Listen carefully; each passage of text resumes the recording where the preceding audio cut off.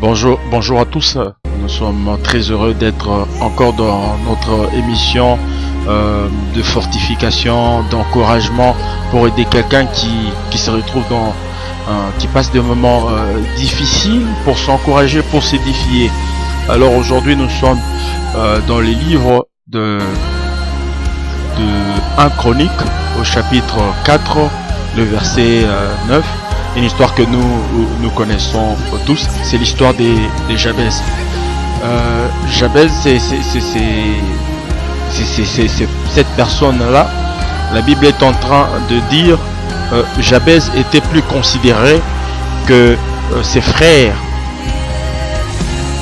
Sa mère lui donna le nom de Jabez en disant c'est parce que je l'ai enfanté avec douleur.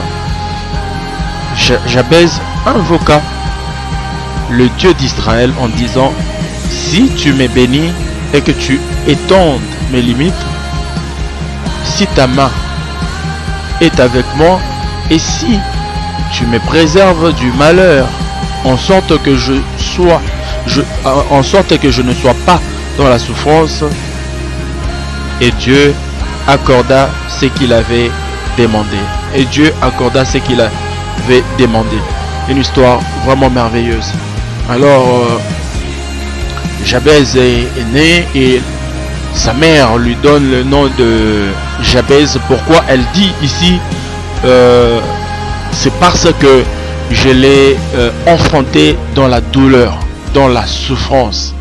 Le nom de Jabez, c'est pas un nom lié à la prospérité, c'est pas un nom lié à l'excellence, ce n'est pas un nom lié aux bonnes choses. Non, sa mère dit clairement que c'est parce que je l'ai eu dans la douleur, c'est parce que je l'ai enfanté dans la douleur. Beaucoup de gens ont des noms comme ça, hein, des noms qui montrent la misère, des noms qui montrent le manque, qui montrent le trouble, qui montrent beaucoup de choses.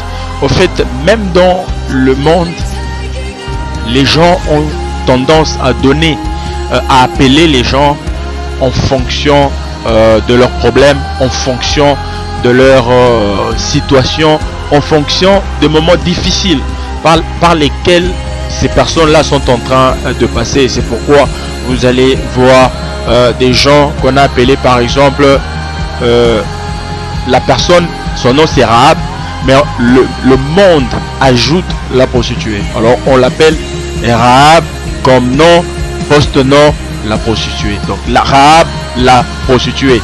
Regardez cet homme, il est juste, c'est un Gadarénien, il vit à Gadara, mais on dit, pour mieux qualifier l'homme de Gadara, on dit que on lui ajoute comme nom le fou, et Gadara devient le post-nom. Donc le fou de Gadara, l'homme turbulent de Gadara, le fou gadarénien. Ouais, c'est comme ça que le monde a tendance à nous coller, à ajouter à notre identité le problème, la souffrance. Vous voyez, lorsque vous êtes en train de souffrir, le monde va prendre cette souffrance-là, coller ça à votre nom. Tu vois, par exemple, le boiteux, par exemple, le perclus de pied, par exemple, comment, Baratimée, l'aveugle. On veut toujours ajouter le paralytique. Vous voyez, on donne à votre identité la souffrance que vous êtes en train de vivre. La femme qui souffrait de la perte du sang, on a ajouté, maintenant on l'appelle la femme à la perte du sang. C'est un peu comme ça que le monde fonctionne, en nous donnant des noms. Et c'est comme ça que cette mère-là a donné à son fils le nom de Jabez. Elle dit clairement que je l'ai eu dans la souffrance. Ce nom ici est lié à la souffrance. Ce nom ici est lié à la misère. Ce nom ici est lié à la douleur. Vous voyez un peu. Donc malgré que la vie de Jabez était considérée, mais à cause de ce nom là, il y avait des choses qui ne marchaient pas. Je ne sais pas quel est votre nom, je ne sais pas quelles sont les choses qui sont liées à votre nom, à votre nom? Est-ce que ce sont les bonnes choses qui sont liées à votre nom? Est-ce que ce sont les mauvaises choses qui sont liées à votre nom? Là n'est pas de problème. Mais seulement, il faut savoir faire le contour ou encore évaluer, examiner, analyser sa vie par rapport aux situations que vous êtes en train de traverser, par rapport au moment que vous êtes en train de traverser. Alors cet homme, Jabez, a fait un peu le contour, hein. Il a essayé de regarder sa vie. Il s'est rendu compte qu'il y avait beaucoup de choses qui ne marchaient pas à cause de ce nom-là, Jabez. À cause de ce nom-là, il y avait des choses qui ne marchaient pas convenablement dans sa vie. Donc, je suis en train de vous demander d'analyser votre vie.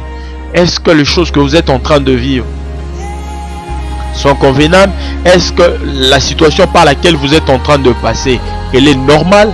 Si ce n'est pas normal, il faut chercher une thérapeutique convenable pour que vous quittiez cette situation. Je ne sais pas si c'est le nom que l'on vous a donné qui apporte des problèmes dans votre vie. Je ne sais pas, où vous êtes en train tout simplement de traverser des situations difficiles. Alors Jabez a fait ce contour là. Il a vu que les choses ne marchaient pas. Mais ce qui est extraordinaire chez cet homme, c'est que il est parti chercher Dieu. Il a amené ses problèmes dans la présence de Dieu. Vous voyez, quand vous êtes en difficulté, quand vous passez des moments difficiles dans la vie, il faut avoir ces réflexes-là. Les réflexes d'aller dans la présence de Dieu. Les réflexes d'invoquer l'Éternel. Les réflexes d'appeler le roi de gloire. Les réflexes de demander l'intervention divine. C'est de bons réflexes qui vont vous permettre de sortir des situations compliquées, des situations difficiles. C'est ce que Jabez avait fait. Alors il est parti dans la présence de Dieu. Il a invoqué l'Éternel. Il a dit, Seigneur, premièrement il dit, si tu me bénis. Voilà. Il demande la couverture divine. Je ne sais pas si mon nom est en train de renfermer beaucoup de mauvaises choses, des malédictions et autres, mais là je me fous des malédictions. Je veux juste la bénédiction divine. Parce qu'une fois que la bénédiction divine va descendre dans ma vie, ça va effacer la malédiction. Au lieu que je commence à briser la malédiction, mais non, je demande juste l'intervention divine. C'est comme ça qu'il dit, Seigneur, si tu me bénis, il sait que quand l'Éternel va me bénir, tout ce qui n'est pas convenable dans ma vie va disparaître. Tout ce qui n'est pas juste dans ma vie va disparaître. Il dit, Seigneur, si tu me bénis. Deuxièmement, il dit, si tu étends mes limites. Vous voyez un peu, c'est que quelque part il était en train de voir il était en train de voir des bornes dans sa vie. Il n'arrivait pas à passer d'un palier à un autre. Il n'arrivait pas à aller de l'avant.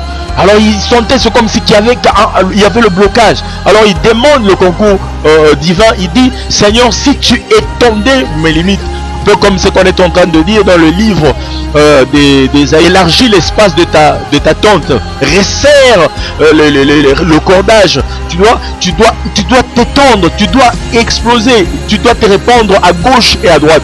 Le feu de l'Éternel, c'est que nous puissions nous étendre. Maintenant, lorsque tu sens que ta vie n'arrive pas à s'étendre, il y a quelque chose. C'est comme ça que cet homme, Jabez, a compris aussi que sa vie n'était pas en train de s'élargir, n'était pas en train de s'étendre. C'est pourquoi il appelle l'intervention divine. Il dit, Seigneur, si tu étendais mes limites, si tu m'élargissais un peu, et je crois que je serai l'homme le plus heureux. Il dit encore, il ajoute, il dit, si tu enlevais dans ma vie, tu enlevais le malheur. Il ne veut pas voir le malheur. Quelque part, ça signifie que cet homme était en train de passer des moments difficiles, il était en train de passer par des situations compliquées. Alors il dit, si tu enlevais ce qui ne marche pas dans ma vie.